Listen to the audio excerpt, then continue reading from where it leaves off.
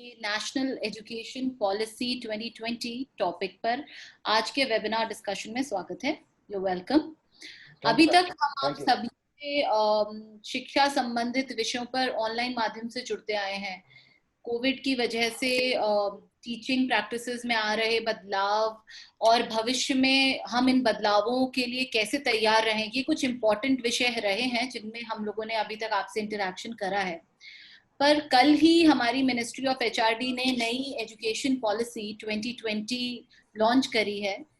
इससे न केवल आने वाले टाइम में कई उम्मीदें जगी हैं, जबकि बहुत सारे प्रश्न भी हैं जो हमारे मन में उठ रहे हैं। कैसे होगा, क्या होगा, कैसे करेंगे, चेंज करिकुलम है, पेडागोजिकल स्ट्रक्चर चेंज हो गया है, ये सब प्रश्न हैं जो कि जिनके उत्तर हम सभी ढूंढ रहे हैं। लेकिन आज हमारे साथ शिक्षा से ही जुड़ी 3 प्रतिभाएं हैं जो कि आपको इस चेंज को एक बेटर तरीके से अंडरस्टैंड करने में हेल्प करेगी। मैं छोटा सा इंट्रोडक्शन दूंगी हमारे साथ आज जो प्रतिभाएं जुड़ी हैं। सबसे पहले हमारे साथ डॉक्टर ओमकार नाथ जी हैं, who is a renowned columnist in leading newspapers for critically analyzing the government policies, and he has been doing it for past 18 years, and he has mentored several IAS candidates during his journey. Welcome Omkar Nath ji. नमस्कार। नमस्ते। हमारे साथ श्री सुनील चौधरी जी जुड़े हैं जो कि एक education है for past 22 years. He is also the director of Rao Academy and he is popularly known as General Studies के खिलाड़ी. So you can very well imagine the kind of insights that you will get from him. We welcome you, Sunil sir. Thank you very much and welcome to all. हमारे साथ नीलेश प्रताप जी जुड़े हैं जो कि एक educationist हैं for more than 20 years and he has mentored more than 5,000 students for various government service examinations which are very prestigious, and also prepared and mentored many IAS and PCS. अच्छा, तो हम आज का सेशन स्टार्ट करेंगे। तो आज हम 7-7 minute हर speaker को देंगे एंड हम एक प्रश्नों के माध्यम से कोशिश करेंगे कि आपके विचार जान पाएं। तो सबसे पहले जो मैं प्रश्न प्रेजेंट करूंगी वो श्री ओमकार नाथ जी को करूंगी। जी, आप सुन पा रहे हैं? जी हाँ जी। सो आपके लिए प्रश्न ऐसे है, what is your take on transformed 4-layer pedagogical structure which has foundational level, preparatory level, middle stage and the secondary stage? The 4-layered pedagogical structure which has from 10+2 there is a shift to 5+3+3+2. Do you think it is aligned to the cognitive development of child? Do you think it is more scientific in its approach? आपको लगता है कि ये ज्यादा कारगर साबित होगा कि आज के बच्चे जिस हिसाब से लर्निंग हो रही है, जिस हिसाब से the world is changing, जिस हिसाब से इंटरनेशनल कोर्स करिकुलम है, do you think that this is more aligned to those practices? And do you think that 10+2 is now obsolete? अब उसकी रेलेवेंस इतनी नहीं है? बिल्कुल मैम, आपका प्रश्न बिल्कुल सही है। अभी जो हमारी एट प्रेजेंट में एजुकेशन मेथड है वो काफ़ी ट्रेडिशनल है। आज भी बच्चे v=u+80 या न्यूटन्स लॉ साइंस के फील्ड में या आर्ट्स के फील्ड में, तो वो जो एजुकेशन अभी हम दे रहे हैं वो टोटली एक तरह से वेस्ट जा रहा है। जो भी नेशनल इंटरनेशनल सिनेरियो में चेंजेज आ रहे हैं,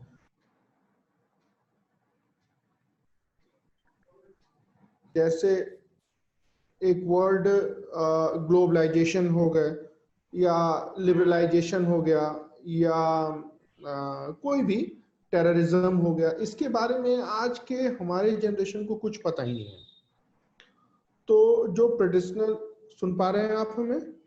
जी जी। जो ट्रेडिशनल एजुकेशन मेथड है उसमें चेंज तो किया गया है और इसके लिए तारीफ तो करनी होगी गवर्नमेंट्स की। अब इस बात पे डिपेंड करता है कि सिस्टम तो हमने बना दिया है, लेकिन हमारा सिलेबस, हमारी बुक्स और बुक्स के लिखे टॉपिक्स और उसमें कुछ प्रैक्टिकल की चीजें अगर इन्वॉल्व ना हो तो फिर ये भी वैसे ही हो जाएगा। जैसे कुछ साल पहले एक आईआईटी के प्रोफेसर ने गवर्नमेंट को ये रिकमेंडेशन दिया था कि हर बच्चे के लिए 50% प्रैक्टिकल कंपलसरी कर दिया जाए, कोई भी टॉपिक दिया जाए जिसको वो अपने से तैयार करके आए। शुरू में थोड़े से लगेगा हाँ भाई मार्केट से खरीद लिया, लेकिन धीरे धीरे बच्चे ट्रेंड होने शुरू हो जाएंगे। हम आदत तो डाले, जैसे मोबाइल की टेक्नोलॉजी है, किसी ने नहीं सिखाया, बट सबसे छोटे बच्चे मोबाइल की टेक्नोलॉजी को अडॉप्ट करने में सबसे आगे आते हैं। तो ऐसा नहीं है कि बच्चे सीख नहीं सकते हैं। अब ये जो पैटर्न गवर्नमेंट ने डिजाइन किया है, ये डिपेंड इस पर करेगा कि इसका सिलेबस, बुक्स और उसका प्रेजेंटेशन और इम्प्लीमेंटेशन किस प्रकार होता है। आप मेरी बात समझ पाए?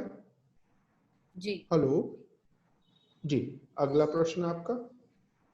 हाँ जी, सो इसी टॉपिक पर सुनील जी या नीलेश जी, आप कुछ विचार व्यक्त करना चाहेंगे या एनी क्वेश्चन दैट यू?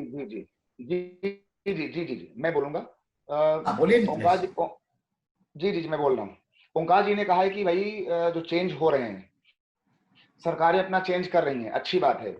मैं मैथ्स का फैकल्टी हूँ और मैंने उन बच्चों को टीच किया है कि जिनके नंबर जो है वो 90, लेकिन अभी मैं पढ़ा रहा था पिछले इन दिनों में, तो कई टॉपिक पढ़ाते समय उन बच्चों को बेसिक नॉलेज नहीं है गणित की, और वो बच्चे 12th में अपने स्टेट टॉपर हैं। मैं जिससे मिला हूं वो सारे बच्चे 90% से ऊपर वाले हैं। और मैं जब बच्चे से पूछता हूं मतलब मैथ में कि साइन माइनस थीटा कितना होता है, जो एक बिल्कुल एक बेसिक क्वेश्चन है, तो ये सवाल उन बच्चों को नहीं आ रहे हैं।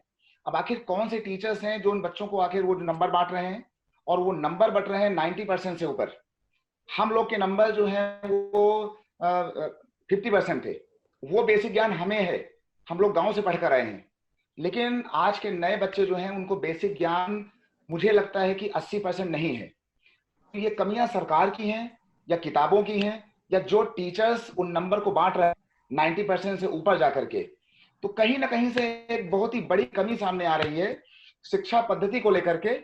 तो जैसा कि ओंकार जी ने कहा है कि जो बुक्स हमारी हैं, उन बुक्स का सोसाइटी में कोई भी मतलब प्रॉफिट है कि नहीं है, ये तय कौन कर रहा है? मुझे नहीं लगता है कि जो बुक्स हैं उनका कोई भी सरकार सोसाइटी के साथ है। तो हमें सबसे पहले इतने बड़े बदलाव करने से पहले उन शिक्षा की जो किताबें, जो मेन चीजें हैं, उनको समझना होगा। और जो टीचर बच्चों को ट्रेंड कर रहे हैं वो खुद टीचर बनने योग्य हैं कि नहीं, उनमें बेसिक ज्ञान है कि नहीं, या वो जो नंबर बांट रहे हैं वो नंबर क्यों बांट रहे हैं इतना, तो ये एक बहुत ही बड़ा प्रश्न है। Thank you Nilesh. ऑल्सो मतलब आई थिंक मैं थोड़ा एम्फेसाइज करना चाहूंगी, जो हम 4 लेवल्स की बात कर रहे हैं, जिसमें हम कह रहे हैं कि देयर इज अ प्राइमरी। हाँ जी सुनील जी, वही 4 लेवल्स आई थिंक आप discuss. Sunil ji. Teachers training के तहत बीएड में खास करके पढ़ाया जाता है child development and pedagogy, educational development. जहां पर अगर देखें तो उसका इम्प्लीमेंटेशन के आधार पर बेसिक टाइप से इसकी शुरुआत की जा रही है।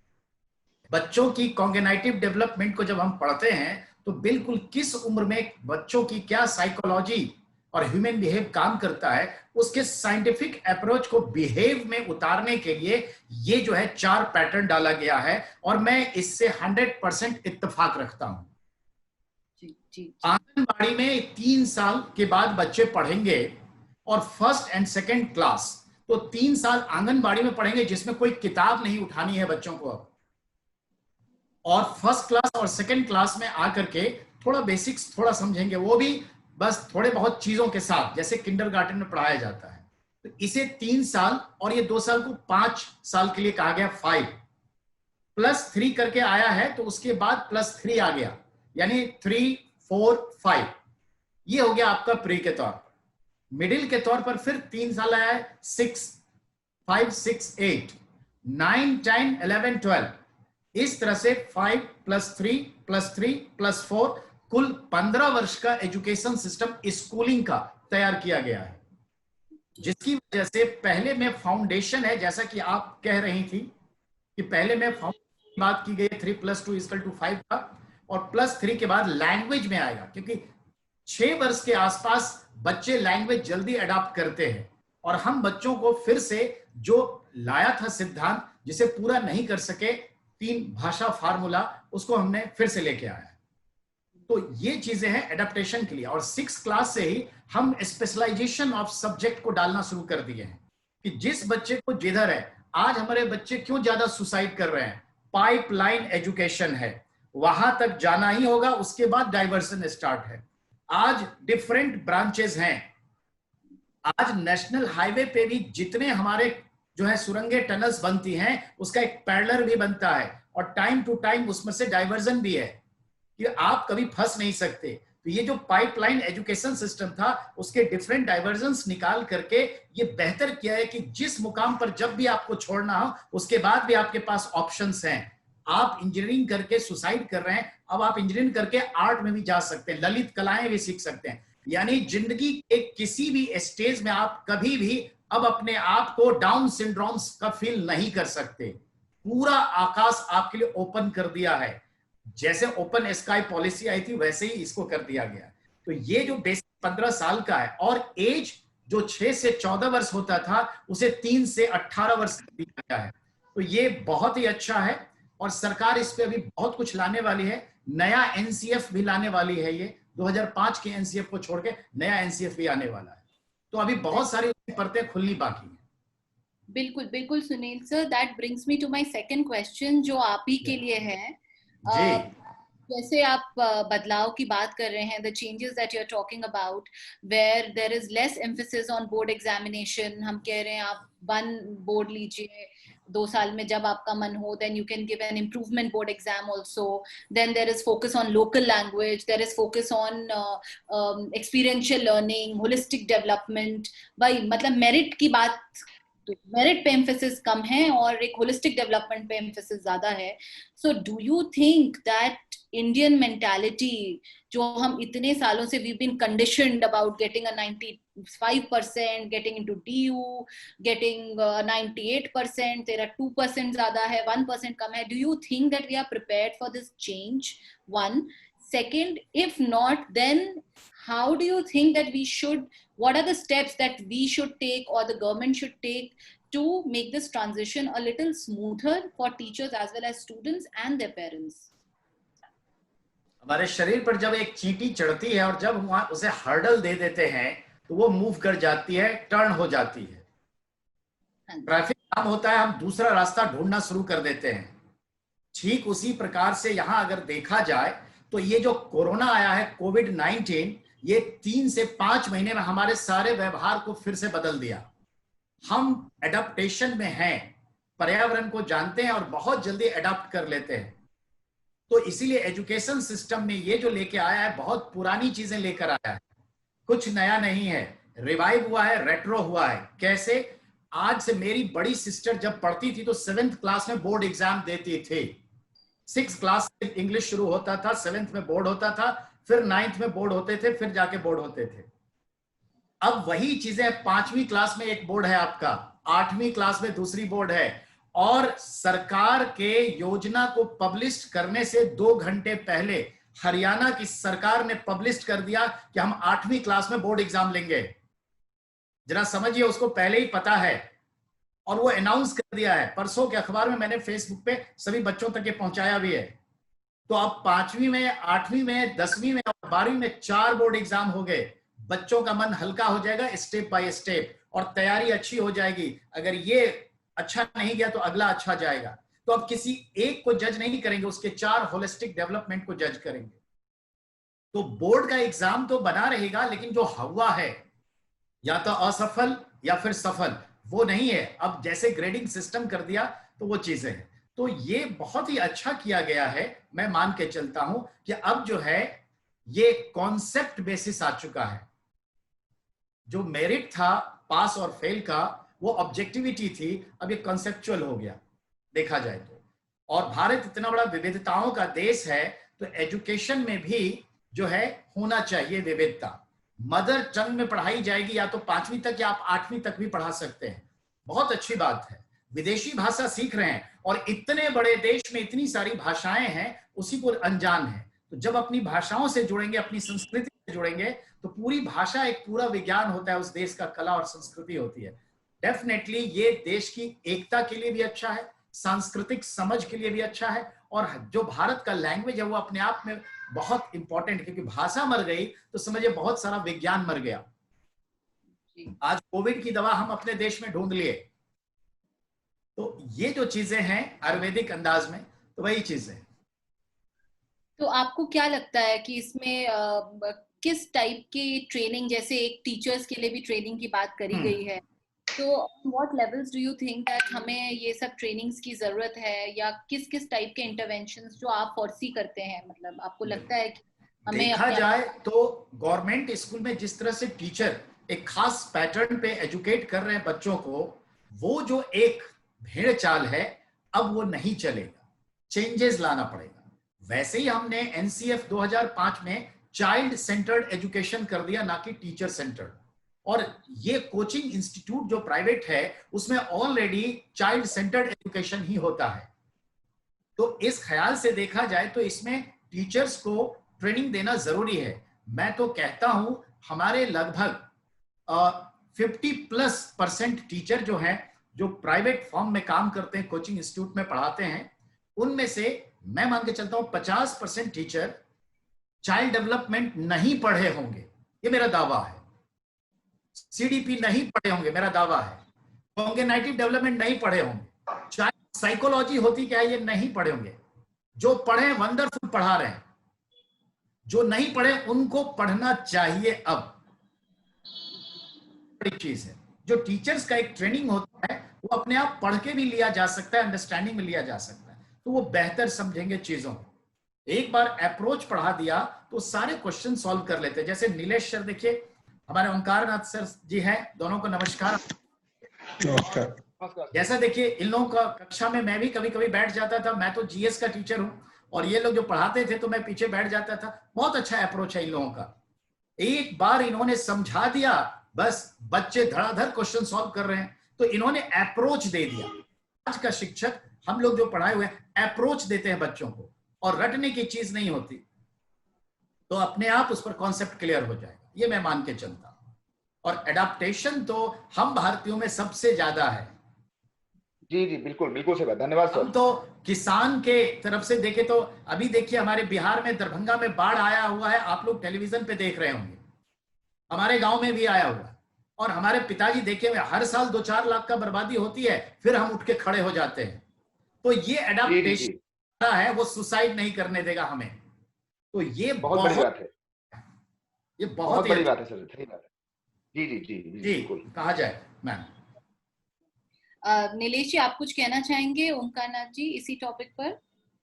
नहीं, सारी बातें तो सर ने कह दी है, अब उसमें कुछ गुंजाइश बचा ही नहीं है।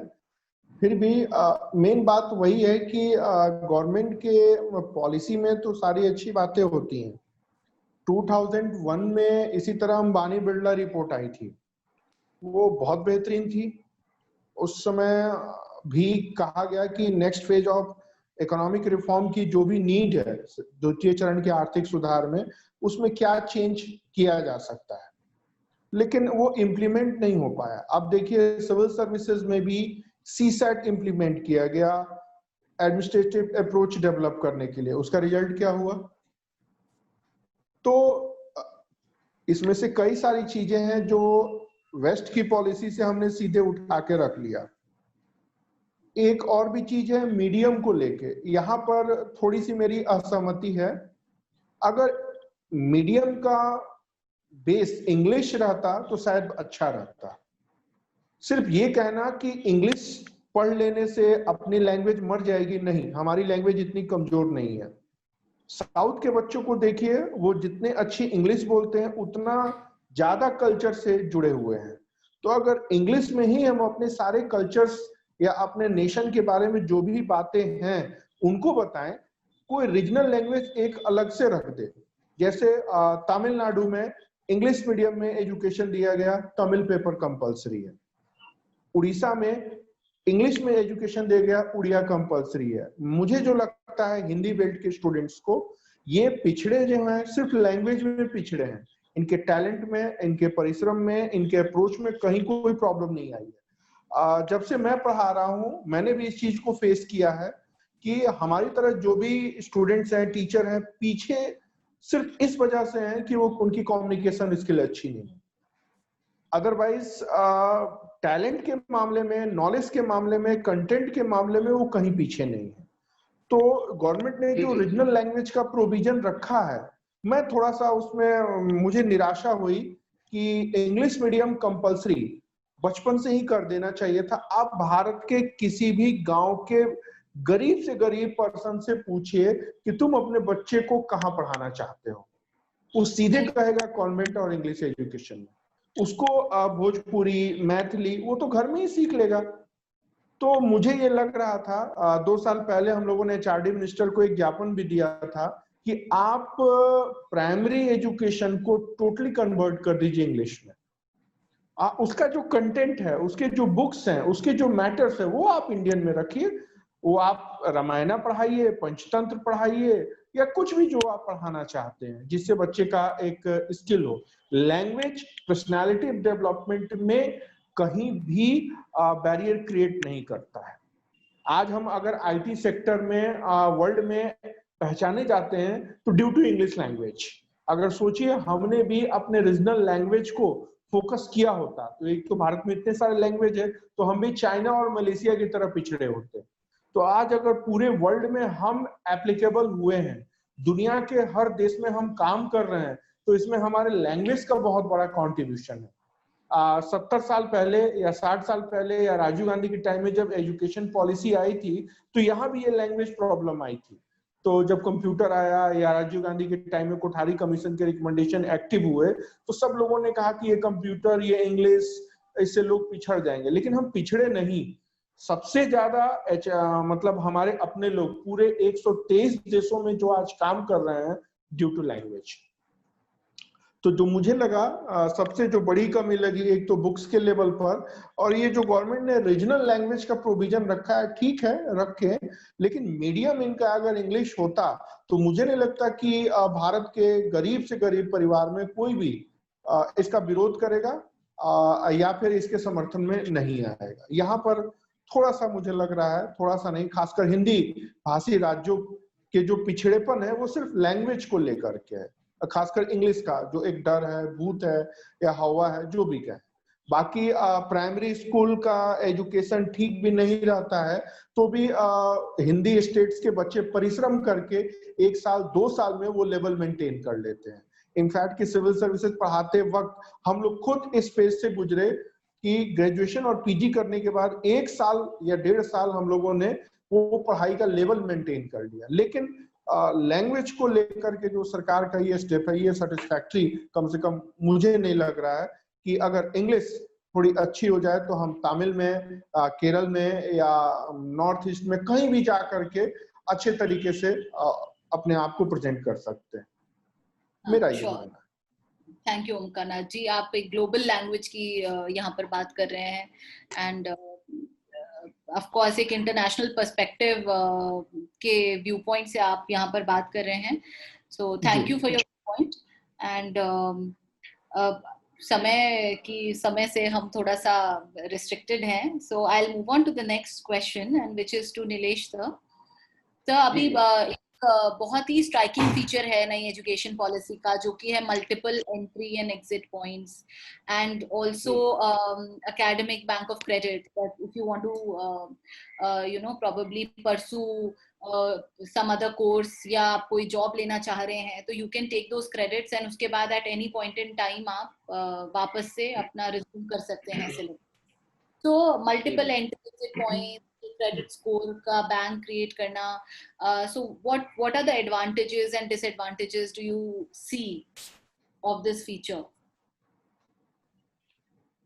मैम मेरी समझ से, क्योंकि मैं करीब 20 साल से टीचिंग फील्ड में हूँ और मेरी समझ से इसमें कुछ अच्छाई भी है, कुछ खराबी भी है। अच्छाई ये है कि बहुत से बच्चे हैं, लिमिटेड हैं, उनके यहाँ पैसा नहीं है, गरीब फैमिली से हैं, तो अगर वो BA 1 के बाद छोड़ते हैं तो अच्छी बात है, या बीए अपना 2 कर लेते हैं, बीएससी अपना 3 कर लेते हैं, अच्छी बात है। लेकिन मल्टीपल ड्रॉप करने के बाद ये डिसाइड कौन करेगा कि उनको जॉब कैसे मिलेगी, कौन सी कंपनी जॉब देगी? और दूसरी बात है कि सोसाइटी के अंदर जिन बच्चों ने अपने कोर्सेज पूरे किए होंगे, वो बच्चे इन छूटे हुए बच्चों को, जिन्होंने अपने कोर्सेज को ड्रॉप किया है, इनसे कोई भेदभाव सोसाइटी के लोग, कंपनी के लोग नहीं करेंगे। तो ये डिसीजन सरकार करेगी या जो कंपनी के लोग हैं वो करेंगे। इसकी सिर्फ एक अच्छाई है कि कुछ बच्चे टैलेंटेड हैं, उनके पास पैसा नहीं है, तो वो अपना 1 साल का कोर्स पूरा करेंगे और वहां से अपना बाहर हो जाएंगे। लेकिन इसके बाद उनके मन में हमेशा ये विचार बना रहेगा कि अगर हमारा बीए पूरा हो गया होता, मेरा बीएससी पूरा हुआ होता, तो ज्यादा अच्छा होता। तो एक गलती यहाँ पर ये है। दूसरी बात जो यहाँ पर आ रही है कि जैसे अभी बात चल रही थी भाषा को लेकर के, कि जो बच्चा गांव का है, जैसे एनडीए का कोर्स है, आर्मी विंग का, एनडीए का, सीडीएस का, तो मैम वहां पर एसएसबी इंटरव्यू किसी क्षेत्रीय भाषा में होता ही नहीं है। एनडीए का या सीडीएस का जो इंटरव्यू होता है, एसएसबी होता है, वो सिर्फ इंग्लिश मीडियम में होता है। ऐसे में तमाम गांव के जो अच्छे बच्चे हैं, जिनको गणित बहुत अच्छी आती है, जिनको साइंस बहुत आता है, ऐसे बच्चे आज देश की सेना में नहीं है। क्यों नहीं है? क्योंकि उन्हें सिर्फ इंग्लिश नहीं आती थी। वो मजबूत हैं, उन्हें मैथ बहुत आती है, उन्हें साइंस बहुत आती है, उनका जीके जीएस बहुत स्ट्रांग है, लेकिन सिर्फ इंग्लिश के चलते आज वो भारतीय सेना में या एनडीए में या सीडीएस में नहीं जा पाए। Sorry for interrupting, but I think यहाँ पर जो हम बात कर रहे हैं ना, we are talking about the entire cultural shift. अगर हम कर रहे हैं, आप एनडीए और एसएसबी की बात करें, so I think the expectation is that less emphasis is given on the global language and more emphasis is given to the mother tongue. हमारी जो regional language है, हमारी जो मातृभाषा है, हम उस पर ज्यादा emphasize rather than in English. So if it comes to interviews and if it comes to corporate interviews or maybe an SSB or a CTS, so I think वहाँ पर हम एक entire culture shift की बात कर रहे हैं। हम कह रहे हैं सब कुछ एक मतलब इंटरनली अपना लोकल एंड मदर टंग में होना चाहिए। तो मुझे लगता है कि सब चीजें बदलाव मांगेंगी इस चेंज के बाद। मैम हमारा कहना है कि बदलाव कीजिए, अच्छी बात है, लेकिन आप ये बताएं कि इतना बदलाव किया जा रहा है, इसकी मॉनिटरिंग कौन करेगा? ये सारे बदलाव को देखने के लिए जो हमारा सिस्टम है, वो सिस्टम मजबूत है कि नहीं? कौन से मंत्री, कौन से नेता, विधायक या अधिकारी इस सिस्टम को देख पाएंगे? और बिना इस सिस्टम को सही से संभाले और देखे, ये सारा चेंज मेरी तरफ से ये बिल्कुल शून्य हो जाएगा। इतना बड़ा चेंज देखने के लिए उतनी बड़ी बॉडी रिस्पॉन्सिबल होगी। वो बॉडी कहाँ से आएगी? वो बॉडी ईमानदारी से काम करेगी या नहीं करेगी? हाँ, अगर चेंज ये होता है, लागू होता है, तो क्षेत्रीय भाषाओं के साथ साथ वहां पर इंग्लिश की भी प्राथमिकता होनी चाहिए, जिससे कि बच्चा की सोसाइटी में कुछ गलत फील ना करे। ये मेरा मानना है। Multiple entry and exit points and this credit score, transferable credit score की तरफ और अलाइन करना चाहूंगी। हम थोड़ा भाषा की तरफ ज्यादा जा रहे हैं, लेकिन ये जो ऑप्शन बच्चों को दिया गया है that they can choose from a lot of subjects, उनको वोकेशनल स्किल्स का इंट्रोडक्शन किया गया है। At any point in time, if they want to pursue some other course, if they want to go for a job, maybe they, because of some financial challenges, or maybe they want to implement something that they have learned and then come back to it later. So these are the kind of options that government is giving us. So how fruitful, as in how fruitful do you think that these options are for students? So maybe there is a coder, just to illustrate, and I know that we are running out of time. Maybe there is a person who is very good at coding, and with 1 year of knowledge, he picks up a job in a very good MNC, and he's excelling at it. So and then he wants to come back, maybe to upgrade himself 2 years back. So these are the kind of options that can be given to the students. So how fruitful, how advantageous do you think it is for us, all of us, as in for the students? ये multiple entry and exit point की जो मैं बात करना चाह रही हूँ, कि आपको क्या एडवांटेज, क्या डिसएडवांटेजेस हो सकते हैं? जी मैम, इस सिस्टम में अगर बिल्कुल साफ भाषा में बात की जाए, तो इसके हमारी निगाह में सिर्फ 4 एडवांटेज हो सकते हैं कि जो बच्चा कुछ पैसे से कमजोर है, अच्छी नहीं है, वो अपना 1 साल का कोर्स करके वहां से बाहर हो जाएगा, या 2 साल करेगा बाहर हो जाएगा। दूसरी बात यह है कि जो बच्चे पर एक तनाव होता है, प्रेशर होता है, वो कुछ कम हो जाएगा। तीसरा ये होगा कि बच्चा पढ़ाई करते समय एंजॉय करेगा, अपना हंसी खेल कूद में उसका जब तक मन हुआ, उसने अपना एक था, उसका मन भर गया, वो बाहर हो गया।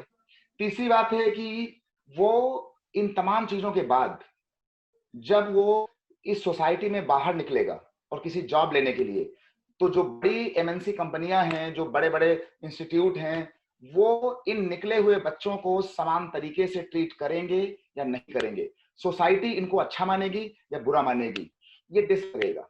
तो मेरा मानना यह है कि मल्टीपल ड्रॉप करने से सिर्फ 4 फायदे हैं, सिंपल भाषा में, कि जो बच्चे गरीब घरों से हैं, पैसे की दिक्कत है, वो अपना 1 साल पढ़ेंगे बाहर हो जाएंगे, या 2 साल पढ़ेंगे बाहर हो जाएंगे। दूसरा जो है, वो बच्चा बिना कोई तनाव ले अपनी पढ़ाई करेगा, ठीक है, 1 साल 2 साल 3 साल जो पढ़ा, बच्चा अपना फुल एंजॉय करेगा, ठीक है। लेकिन जो एक अहम बात है इन चीजों का, कि वहां से निकलने के बाद जब वो बच्चा सोसाइटी में आएगा 1 साल के बाद या 2 साल के बाद, तो जो बड़ी कंपनियां हैं, बड़े जो है विद्यालय हैं, स्कूल हैं, कॉलेज हैं, वो उन्हें समान भाव से ट्रीट करेंगे या नहीं करेंगे, ये जिम्मेदारी कौन तय करेगा। अगर यहाँ पर कोई गलती हुई कि जो बच्चा BA1 पास आउट है या जो बच्चा BA 3rd year pass out है, तो यहाँ पर जो एक सिस्टम का बिखराव होगा, उसकी देखभाल कौन करेगा। सुनील सर कुछ राय दें इस पर। जी जी जी मैम आज्ञा हो तो मैं भी कुछ बोलूं इस पे। हाँ जी जी जी जी बोले जी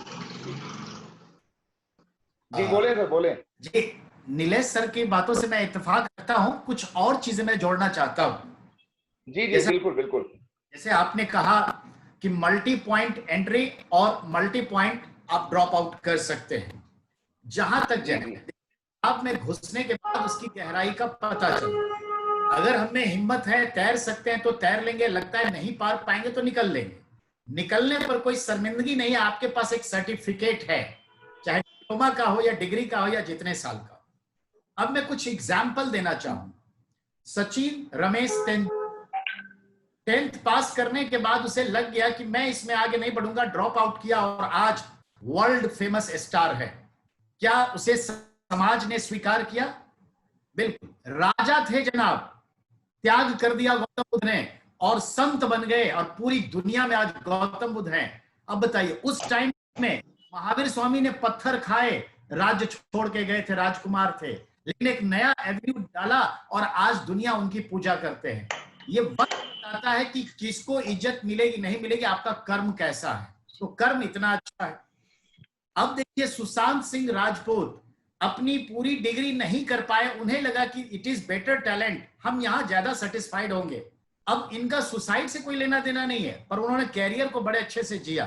अब अगला आइए, बेजान दारू वाला जो इंग्लिश के लेक्चरर रहे और लेक्चररशिप छोड़ करके ज्योतिष विद्यालय आए और अभी अभी 2 महीने पहले गुजर गए और इतने बड़े ज्योतिष शास्त्री बने, बेजान दारू वाला। एक और एग्जाम्पल लूंगा, एक अनूप जलोटा हुए आईएएस ऑफिसर, छोड़ छाड़ दिया। मल्लिका साराभाई हुई आईएएस ऑफिसर, छोड़ छाड़ के कथक नृत्य में आ गई। ऐसे हजारों पड़े हुए हैं जो जहां मन हुआ ड्रॉप किया और उससे बड़ा टैलेंट लेके आ गए। ऐसे कमी नहीं है, ऐसे बहुत सारे बच्चे हैं सरकारी नौकरी छोड़ करके। तो ये दिखता है कि जब हम ड्रॉप करते हैं तो उसके बाद काम क्या करते हैं, कौन सा एक्सपीरियंस है, और उसके बाद सोसाइटी तुरंत अडॉप्ट करेगी, नो डाउट। सर एक बात बोलूं सर, सोसाइटी में होगा। अच्छा सर, एक बात बोलूं जी बताइए सर। जी जी जी सर, ये बातें बिल्कुल सही हैं, लेकिन जहां सर 50 लाख बच्चे हर साल पास हो रहे हैं सिस्टम में, उन 50 लाख में अगर 20 लाख बच्चे BA1 से पढ़ाई को बंद कर देंगे, तो वो 20 लाख बच्चे सचिन नहीं बन सकते हैं, शाहरुख खान नहीं बन सकते हैं, ठीक है, मल्लिका साराभाई नहीं बन सकते हैं। वो 20-20 लाख लोग जब सड़कों में आएंगे तो सोसाइटी में या कंपनियां उन 20 लाख बच्चों को सचिन तेंदुलकर नहीं मान लेंगी और ना ही वो 20 लाख बच्चे तेंदुलकर बन जाएंगे। तो वो जो सर 20 लाख बच्चे BA1 से बाहर निकले हैं, उनको बड़ी कंपनियां जॉब देंगी या नहीं देंगी, ये डिसाइड कौन करेगा? या वो 20 लाख बच्चे भीड़ में खो जाएंगे और बाद में वो बहुत ही एक नकारात्मक सिस्टम का उनके ऊपर असर होगा, फिर वही बच्चे सुसाइड कर सकते हैं, कहीं दूर भाग जाएंगे, पागल हो सकते हैं। तो इसका जवाब कौन देगा सर? क्योंकि वो 20 लाख बच्चों में 1 या 2 बच्चे जो हीरो बन सकते हैं, सचिन बन सकते हैं, कुछ जो है अच्छे इंसान बन सकते हैं। बाकी जो 19 लाख बच्चे निकलेंगे BA1 पास करके, ड्रॉप करके, नदी में तैरना छोड़ देंगे, पीछे आ जाएंगे, उनको समाज किस नजरिए से देखेगा सर? कुछ कहें इस पर। बहुत सिंपल है, सर्वाइवल ऑफ द फिटेस्ट की थ्योरी हर जगह चलती है। डार्विन साहब जिंदा है और जिंदा ही रहेंगे। तो सर्वाइवल ऑफ द फिटेस्ट की थ्योरी है और एजुकेशन फन है। आपको किसी भी स्थिति में सुसाइड करने की, अभी बताया था मैंने, पाइपलाइन सिस्टम में जाने की जरूरत नहीं है सर। जब चाहे आप ड्रॉप कर लीजिए, दूसरा आप मार्ग अपना लीजिए, क्योंकि हर इंसान के अंदर मल्टी कैरेक्टर होता है।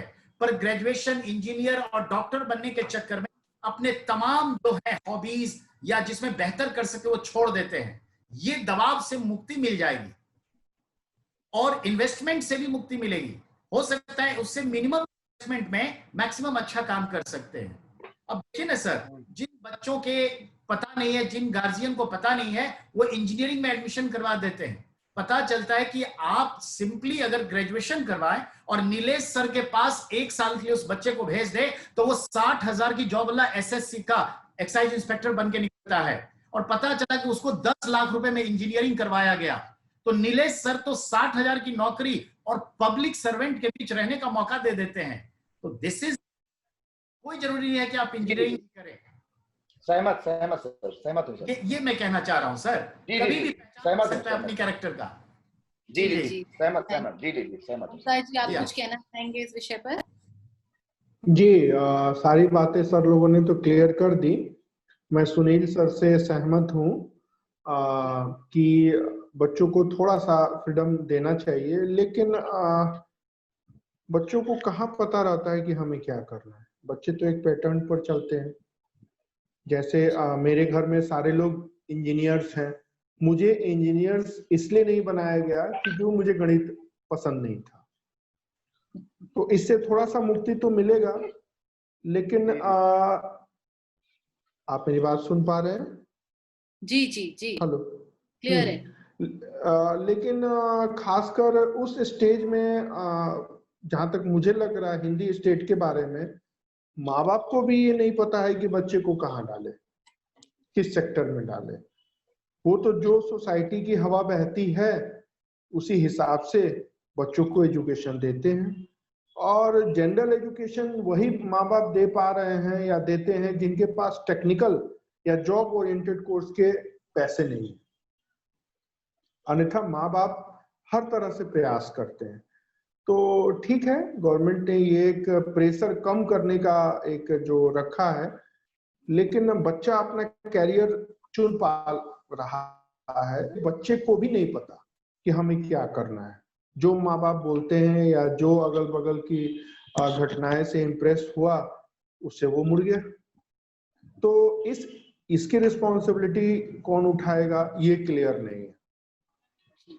तो ये मेरे हिसाब से एक प्रॉब्लम आ रही है। फिर भी इसको हम नेगेटिव वे में नहीं ले सकते हैं, आगे पॉजिटिव ही सोचना होगा। मैं पहले भी कहा था कि सारी चीजें डिपेंड इस बात पर करती हैं कि इसका इम्प्लीमेंटेशन कैसे होगा। बिल्कुल ओंकारनाथ जी, थैंक यू। वही बात है, implementation is the key. And हम लोग अभी फर्दर कुछ सेशंस ऑर्गेनाइज करेंगे जहां पर you have correctly pointed out how it will be accepted by corporates. इसका टैलेंट एक्विजिशन, इनफैक्ट रिटेंशन पर, कंपनीज में बच्चा 1 साल आया, अब मेरा मन है मैं दोबारा पढ़ाई करता हूँ। अभी तक सबैटिकल का ऑप्शन होता था तो सबैटिकल पे चले जाते थे। अब कंपनीज देना चाहेंगी नहीं देना चाहेंगे, बिकॉज इट्स बहुत ज्यादा प्लानिंग चाहिए। या तो बच्चे के लिए, बच्चों को कहाँ मालूम होता है उन्हें क्या करना है। There can be impulsive decisions, there is a lot of scope. So हम लोग इन सब चीजों का impact on corporate, on maybe coaching institutes की क्या पोजीशन रहेगी maybe 5 years 10 years down the line with this policy coming in, इस चीज पर we are going to have a series of webinars on this platform only. So first of all, I would like to thank you all. You joined us on such a short notice, and बहुत ही अच्छा perspective हमें मिला है, and I'm sure the viewers will also get some perspective, and उनके काफी प्रश्नों का उत्तर उनको मिल गया होगा, और they are free to ask any questions from us. They can write to us and we will definitely direct those questions to you. And there is a series of webinar that we are planning, जहां पर हम एक अलग-अलग sectors पर इस policy का क्या impact होने वाला है and how it is going to get accepted across levels. We are going to do that. So you all have to stay tuned, and you have to stay healthy and safe in this COVID time.